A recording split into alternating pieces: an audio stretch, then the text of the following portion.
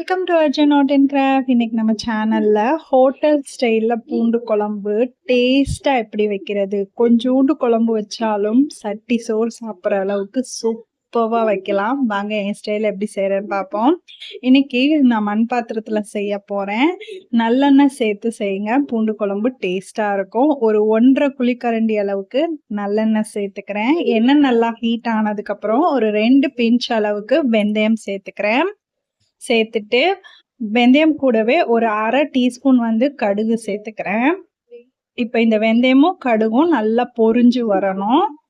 இப்போ இந்த ஸ்டேஜில் ஒரு பெரிய வெங்காயம் நீல வாக்கில் கட் பண்ணி வச்சுருக்கேன், அதையும் சேர்த்துட்டு ஒரு 2 கொத்து கருவேப்பிலை சேர்த்து நல்லா வதக்கி விட்டுக்கோங்க.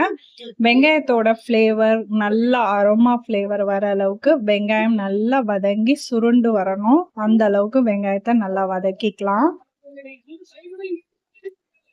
இப்போ வெங்காயம் நல்லா வதங்கினதுக்கு அப்புறம் ஒரு 4லேருந்து 5 பெரிய பூண்டு தோல் உரிச்சு எடுத்து வச்சிருக்கேன், அதை இது கூட சேர்த்துக்கிறேன். வெங்காயம் நல்லா வதங்கினதுக்கு அப்புறம் தான் பூண்டு சேர்த்துக்கணும். இப்போ இதை சேர்த்து பூண்டு லைட்டா பச்சை வாசனை போற அளவுக்கு ஒரு 2 நிமிஷம் நல்லா வதக்கி விட்டுக்கலாம். அரோமா ஃப்ளேவர் வரும், அந்த ஸ்டேஜ் வரைக்கும் நல்லா வதக்கி விட்டுக்கோங்க. இந்த வெங்காயம் நல்லா சுருண்டுரும். இந்த ஸ்டேஜ்ல பூண்டோட ஃப்ளேவர் வரும். இந்த ஸ்டேஜ்ல நம்ம மிக்ஸி ஜார்ல 2 பழுத்த தக்காளி சேர்த்து அரைச்சி எடுத்து வச்சிருக்கேன், அதை சேர்த்துக்கலாம். நல்ல சிகப்பா இருக்க தக்காளியா பழுத்த தக்காளியா சேர்த்துக்கோங்க, டேஸ்ட் நல்லா இருக்கும். அதை இது கூட சேர்த்து லைட்டா தக்காளியில இருந்து பச்சை வாசனை போற அளவுக்கு நம்ம வதக்கி விட்டுக்க போறோம். எண்ணெய் நல்லெண்ணெய் கொஞ்சம் தாராளமாவே சேர்த்துக்கோங்க, அப்பதான் பூண்டு குழம்பு டேஸ்டா இருக்கும். இப்போ உப்பு தேவையான அளவு சேர்த்துக்கிறேன். இப்போ மல்லித்தூள் அதாவது குழம்பு மிளகாய் தூள் ஒரு 4லேருந்து 5 டேபிள் ஸ்பூன் அளவுக்கு சேர்த்துக்கோங்க. குழம்போட குவான்டிட்டி எவ்வளோ வேணுமோ அதை தகுந்தாப்புல நீங்க சேர்த்துக்கோங்க.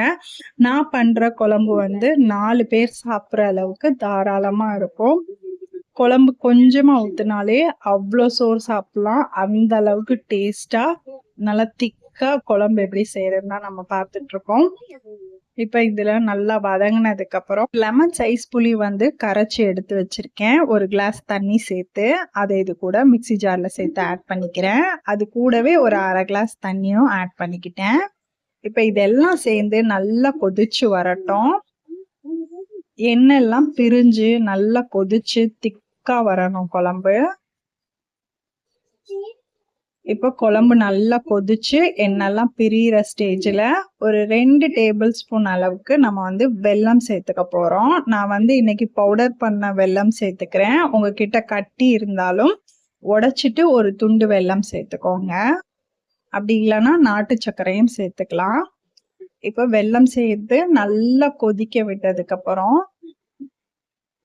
நல்லா எண்ணெய்லாம் பிரிஞ்சு பூண்டோட ஃப்ளேவர் எல்லாம் அரோமா ஃப்ளேவர் வர அளவுக்கு நல்லா கொதிக்க விட்டுருங்க ஒரு 10 மினிட்ஸு. இப்போ இந்த ஸ்டேஜில் ஸ்டவ் ஆஃப் பண்ணிடலாம். சூப்பரான கமன்னு பூண்டு குழம்பு ஹோட்டல் ஸ்டைலில் ரெடி ஆயிடுச்சு. எவ்வளோ சோறு கொடுத்தாலும் இந்த பூண்டு குழம்பு கொடுத்தீங்க அப்படின்னா பத்தவே பத்தாது, அந்த அளவுக்கு டேஸ்ட் அல்டிமேட்டாக இருக்கும்.